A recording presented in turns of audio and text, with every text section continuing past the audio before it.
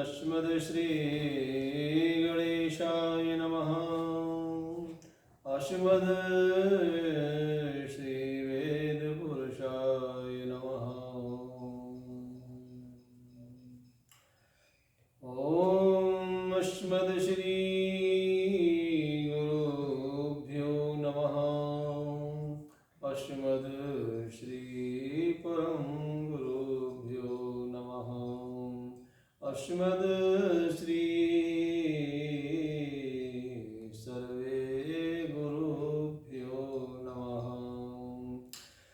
अज्ञानतिमिरान्धस्य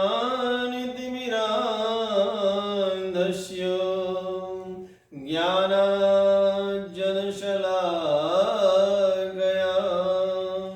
चक्षुरोन्मीलितं येन तस्मै श्रीगुरुवे नमः। तस्मै श्रीगुरुवे वागर्था प्रतिसंप्रत्यौ वागर्था प्रतिपत्तये जगतः पितरौ वन्दे पार्वती परमेश्वरौ।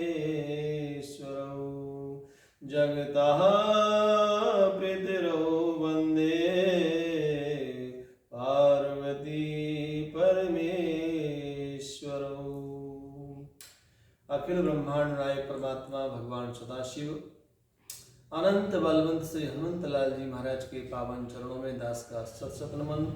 आइए मेरे भाई बहन, आज काशी पुनीत गाथा के अंतर्गत आज भाग नंबर 4 आप लोगों के सामने प्रस्तुत होने जा रहा है। आइए इसमें हम लोग प्रवेश करें। इसकी पूर्व संध्या पर 30 सेकंड का परमात्मा का नाम संस्मरण। हरि शरणं हरि शरणं हरि शरणं हरि शरणं हरि शरणं हरि शरणं हरि शरणं हरि शरणं हरि शरणं हरि शरणं हरि शरणं हरि शरणं हरि शरणं हरि शरणं हरि शरणं हरि शरणं हरि शरणं हरि शरणं। बोलो काशी विश्वनाथ भगवान की जय। दुर्लभं जन्म मानुष्यं दुर्लभं काशिकापुरी। धन्य है मनुष्य का जीवन।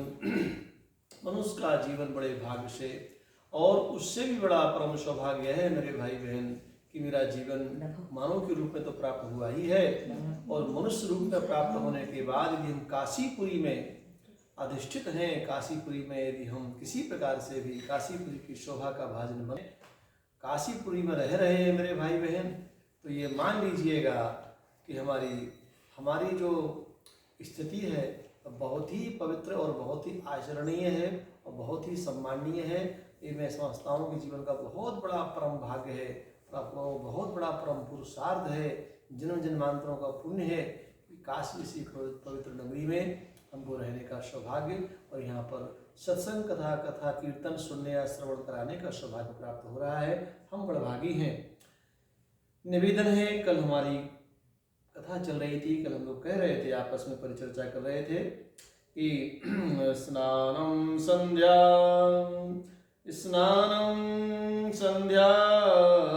जपो होमः स्वाध्यायो देवार्चनं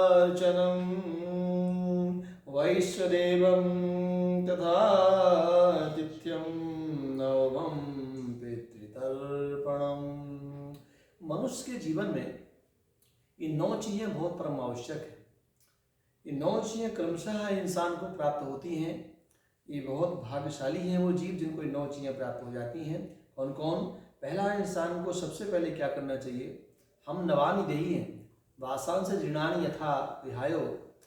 ये मनुष्य, हमारा गीता सिद्धांत के अनुसार से हमारे शरीर में 9 दरवाजे हैं, और 9 दरवाजे वाले जो देही है, इस 9 दरवाजे वाले शरीर के अंदर में हमें 9 कृत्यों को अवश्य करना चाहिए।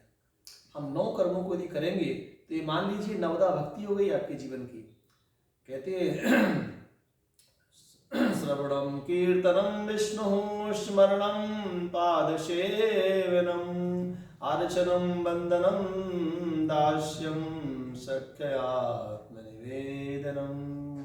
जो भागवत जी के आधार पर 9दा भक्ति का विधान किया गया है, यदि ये जो 9 क्रम में बता रहा हूँ, ये 9 नियम जो मैं बता रहा हूँ मेरे भाई बहन, ये जिस मनुष्य ने, जिस भी जातक ने, जिस भी साधक ने, जिस तपस्वी ने 9 नियमों का नियमानुसार पालन कर लिया, उसके जीवन में 9दा भक्ति सिद्ध हो जाएगी। पहला नियम है स्नान। इंसान को प्रतिदिन स्नान करना चाहिए। स्नान करने से मेधा शक्ति हमारी बहुत ही पवित्र होती है। मेधा शक्ति सुसज्ज हो जाती है और आगे की चीज़ों को प्राप्त करने के लिए। दूसरा है संध्या। संध्या 3 प्रकार का होता है। हमारे यहाँ पर त्रिकाल संध्या का विधान है। प्रातःकाल की संध्या, प्रातःकाल की संध्या जो होती है पूर्व दिशा में होती है, मध्याह्न काल की संध्या उत्तर दिशा की ओर होती है, और सायं काल की संध्या पश्चिम दिशा की ओर होती है। त्रिकाल संध्या का विधान है हमारे यहाँ। संध्या अवश्य करनी चाहिए। संध्या करने से जीवन की जो न्यूनताएं हैं, जीवन की जो विसंगतियां हैं, वो समाप्त हो जाती हैं और जीवन उन्नत हो जाता है। जीवन व्यक्ति के प्रचुर मात्रा में सफलता व शिखर पर चलता है। संध्या परम आवश्यक है। संध्या से जीवन में एक फिल्टर है। संध्या अपने आप फिल्टर की तरह माना गया है, कर्मों का फिल्टर है वो। कहते हैं कि अच्छे और बुरे को भेद करना है। चलनी को देखा होगा आप लोगों ने, चलनी, एक चलनी होती है आटा। जब आप लोग बढ़िया गेहूँ साफ कराते हैं, धोते हैं, साफ कराते हैं, सुखाते हैं, इसके बाद में गेहूँ को चक्की पे देते हैं, आप पिसने के लिए आटा बन के वहाँ से आता है। आटा बनाने के बाद आटा तो आटा है, बढ़िया फ्रेश है वो, लेकिन उस आटे को भी जब चलनी का प्रयोग माताएं करती हैं, तो चलनी में से आटा जब छाना जाता है तो उसमें से आटा, फ्रेश आटा निकल जाता है, कुछ चोकर बच जाता है। यानी जो ग्राह्य है वो आपने फ्रेश आटा ले लिया, और जो ग्राह्य नहीं है, जिसको चोकर कहते हैं, जो खराब है, वो आपने गाय के लिए निकाल लिया। यानी अच्छे और बुरे का भेद करती है चलनी। जो हमारे हितकारी है, जो हमारे लाभ के लिए है, वो आपने ले लिया, आपने प्राप्त कर लिया। जो आपके हित का नहीं है, उसको आपने चलनी के द्वारा छान करके अलग निकाल दिया। उसी प्रकार जीवन में कर्मों में भी एक छलनी लगाई जाती है, एक छन्ना लगाया जाता है संध्या का।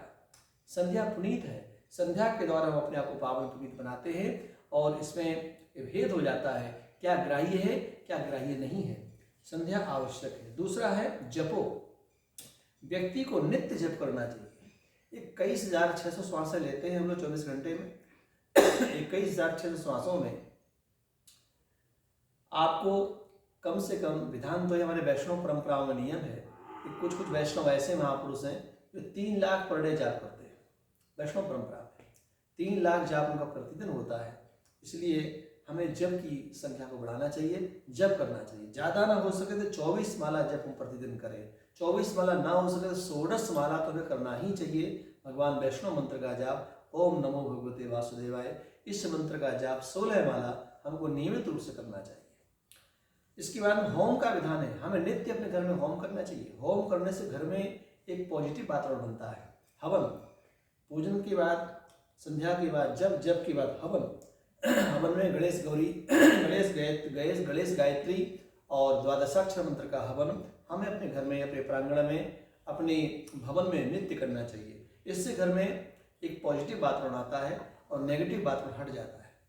एक बहुत ही अच्छी स्थिति में घर की होती है। इसके बाद में स्वाध्याय कितना हो गया? पहला स्नान, दूसरा संध्या, तीसरा जप, चौथा होम और 5वां स्वाध्याय। हमें स्वाध्याय का मतलब होता है पठन पाठन। हमें नित्य स्वाध्याय करना चाहिए। स्वाध्याय करने से, पठन पाठन करने से जो विद्या होती है, जो हमारी सरस्वती होती है, वो हम पर मेहरबान होती है, हम पर कृपा करती है और हमें प्राप्त होती है। और विद्यावान अर्थात प्राप्तते ज्ञानम, जिन्हें विद्या प्राप्त की है उनके पास प्रचुर मात्रा में ज्ञान आता है। ज्ञान परमात्मा का स्वरूप है। इसलिए स्वाध्याय करने से, और नित्य स्वाध्याय ना किया जाए तो अनभ्यासी विषम शास्त्र। शास्त्रों का निरंतर स्वाध्याय न किया जाए तो शास्त्र विस्मृत हो जाते हैं मेरे भाई बहन। इसलिए शास्त्रों का निरंतर स्वाध्याय करना चाहिए। स्वाध्याय करने से आपका ज्ञान का वर्धन तो होता ही है, ज्ञान के वर्धन के साथ साथ आपके जीवन में एक दिव्य प्रकाश रहता है। और छठवां है देवार्चन। भगवान का, देवताओं का, ठाकुरवाड़ी की सेवा हमें नित्य करनी चाहिए। हमें घर में ठाकुर जी का स्मरण कराना, प्रभु का भोग लगाना, है ना, उनकी आरती करना और देवताओं का पूजन करना अपने घर में बहुत जरूरी है। देवताओं का अर्चन ये बहुत ही आवश्यक है। अर्चन पद्धति बिना अर्चन के, कहते हैं कि प्रवचन से अर्चन की महिमा है, प्रवचन सुनने से अर्चन करने का तरीका आता है जीवन में। जिसने कहते हैं एक होता है चर्चा विग्रह, एक होता है अर्चा विग्रह। कहते हैं चर्चा विग्रह के माध्यम से आप अर्चा विग्रह को जान सकते हैं। और जब आप चर्चा विग्रह करेंगे गुरुजनों के द्वारा, महापुरुषों के द्वारा, अपने बहुत ही अच्छे जो पवित्र पुनीत महात्मा संत लोग, उनके द्वारा जब चर्चा सुनेंगे आप, भगवान की परिचर्चा सुनेंगे आप, काशी पुनीत गाथा रूपी चर्चा सुनेंगे आप, तो चर्चा के द्वारा आपके जीवन में अर्चा की जो पद्धति है, देवार्चन की जो पद्धति है, वो सिद्ध हो जाएगी। ये देवार्चन कैसे करना है, देवार्चन करने का तरीका आपको चर्चा के माध्यम से, गुरुजनों से ज्ञान के माध्यम से प्राप्त होता है। ये छठवां है। सातवां है वैश्यदेवम। वैश्यदेवम शब्द से अर्था भवती। वैश्यदेवम इस होता है कि अपने जीवन में कहते हैं कि हमें आय का जो स्रोत है हमारा, इनकम का जो स्रोत है हमारा, वो स्वस्थ होना चाहिए। खाली पूजन पाठ ही करना ठीक है, स्वाध्याय करना ठीक है, हवन करना ठीक है, सब सही है, लेकिन इसके साथ साथ एक चीज़ और भी जरूरी है, हमें कुछ अपना जीविकोपार्जन के लिए भी कुछ करना चाहिए। हमारी जीविका कैसे चलेगी, हम किसी पर आश्रित ना रहें, किसी के गुलाम ना रहें। हमें या तो अपना कुछ धंधा करना चाहिए, व्यवसाय करना चाहिए, नौकरी चाकरी करना चाहिए। तो जो हमारा वैश्य देवम है, यानी जो भगवान विष्णु के सदृश वो सेवा है, कहते हैं विष्णु पालन करता है, भगवान विष्णु पालन करता है। उसी प्रकार से वैश्य देवम यानी जो हमारी वृत्ति का जो स्रोत है वो एक प्रकार से वैश्य देव के समान है, वो देवता के समान है और वो भगवान विष्णु के समान है। उसमें भी हम जो सही नियत से पैसा कमाते हैं, अच्छे तरीके से पैसा कमाते हैं और पैसा कमाने के साथ साथ उसमें दशांश दान करते हैं। कहते हैं यदि हम 10 रुपया कमाते हैं मेरे भाई बहन पर डे, तो 10 रुपये में से हमारा जो है 9 रुपये पर अधिकार है, 1 पर अधिकार नहीं है। 1 रुपया धर्म का होता है। हमें नियम ईमानदारी से 1 रुपया धर्म के नाम पर निकाल देना चाहिए। यदि हम 100 रुपये पर डे कमाते हैं तो हमें 100 रुपये में से 90 रुपये पर ही मेरा अधिकार है और 10 रुपया है वो धर्म का होता है। उसको ईमानदारी से धर्म के नाम पर धर्म खाते में गुरुजनों के लिए, महापुरुषों के लिए, अपने किसी संस्था के लिए, गौशाला के लिए अच्छे जगह निकाल देना चाहिए। उससे धर्मार्थ कार्य करना चाहिए। दशांश जो है वो धन जीवन का यदि हम धर्म में लगाते हैं, परमार्थ में लगाते हैं, उससे हमारे धन की शुद्धि होती है। हमारा जो है वैश्य देवम सिद्ध हो जाता है, विष्णु की उपासना हो जाती है। इसके बाद में 8वां है तथा आतिथ्यम। अतिथि, हमारे घर में कोई अतिथि आ जाए, अतिथि शब्द का अर्थ होता है बिना अतिथि के कोई आ जाए, अचानक कोई आ जाए। हमारे घर में कोई अचानक आता है तो वो हमारे लिए पूज्य है, सम्मानीय है। अतिथि देवो भव, आचार्य देवो भव, गुरु देवो भव, मातृपितृ देवो भव। तो हमारे यहाँ जो परंपरा है अतिथि देवता के समान, जो बिना अतिथि की अनिश्चितता में जो चीज रहती है, अचानक कोई हमारे घर में आ जाता है, जिसका कोई निश्चित से परिचित तिथि नहीं है, जिसने निश्चय नहीं किया कि फला व्यक्ति आने वाला, वो अचानक आ जाए, उसको अतिथि कहते हैं। और ऐसे महापुरुष अतिथि के रूप में कोई भी आए, कोई संत आए, महात्मा आए, कोई समाज के आए, परिवार के आए, रिश्तेदार में से कोई आए, उसका भी सम्मान करना चाहिए। अतिथि का सम्मान करने से हमारा पुण्य बढ़ता है, हमारा प्रकाश बढ़ता है, हमारी प्रभा बढ़ती है। वो अतिथि का सम्मान ना किया जाए, कोई बिना पानी पिए, बिना कोई दाना पानी खाए हमारे घर से चला जाता है तो वो अपना पाप छोड़ जाता है और आपका पुण्य ले जाता है। ये ध्यान रखिएगा। अतिथि जब आपके दरवाजे पर आता है और उसका यदि आप सम्मान नहीं कर पाते किसी कारण से, तो वो अपना पाप छोड़ जाता है और आपका पुण्य ले जाता है ऑटोमेटिक। इसलिए अतिथि का सम्मान अपने घर पर करना बहुत जरूरी है। 8वां कारण है नवम पितृतर्पणम। और जो 9वां विधान है, 9वां कारण है वो है पितृतर्पण। हमारे जो पितृ हैं, हमारे जो पूर्वज, हमारे जो अग्रज हैं, जो हमारी रीढ़ है, हमारी स्पाइन है, हमारी वो स्पाइन के सदृश है। इसलिए हमारे पितरों का सम्मान बहुत जरूरी है, पितरों का तर्पण बहुत जरूरी है। आप स्नान करते हैं तो एवरीडे पितरों के नाम पर दक्षिण दिशा को कुशा लेकर के और 3 अंजलि जल जरूर दें। आप ऐसा नहीं कि हम पितृपक्ष में ही जल देंगे, नहीं, आप प्रतिदिन दे सकते हैं। पितरों के नाम का जल प्रतिदिन कर सकते हैं आप। जिस भी तीर्थ में जाएं, जिस तीर्थ में जाए, जिस जगह पर जाएं, जिस धाम में जाएं, जहां पर स्थान पर जाएं, और पितरों के नाम से 3 जुली जल जरूर दें, और उससे आपका पुण्य बढ़ता है। आपकी पितर आप प्रसन्न होते हैं। जब पितृ लोकता देवता प्रसन्न होते हैं तो हर तरह की समृद्धि हमारा माथा चूमती है। मेरे भाई बहन, इन्हीं शब्दों के साथ आज की कथा यहीं विराम ले रही है। आइए कल की परिचर्चा कल होगी। आइए काशी पुराण गाथा के अंतर्गत ओम सर्वे भवन्तु सुखिनः, सर्वे सन्तु निरामयाः, सर्वे भद्राणि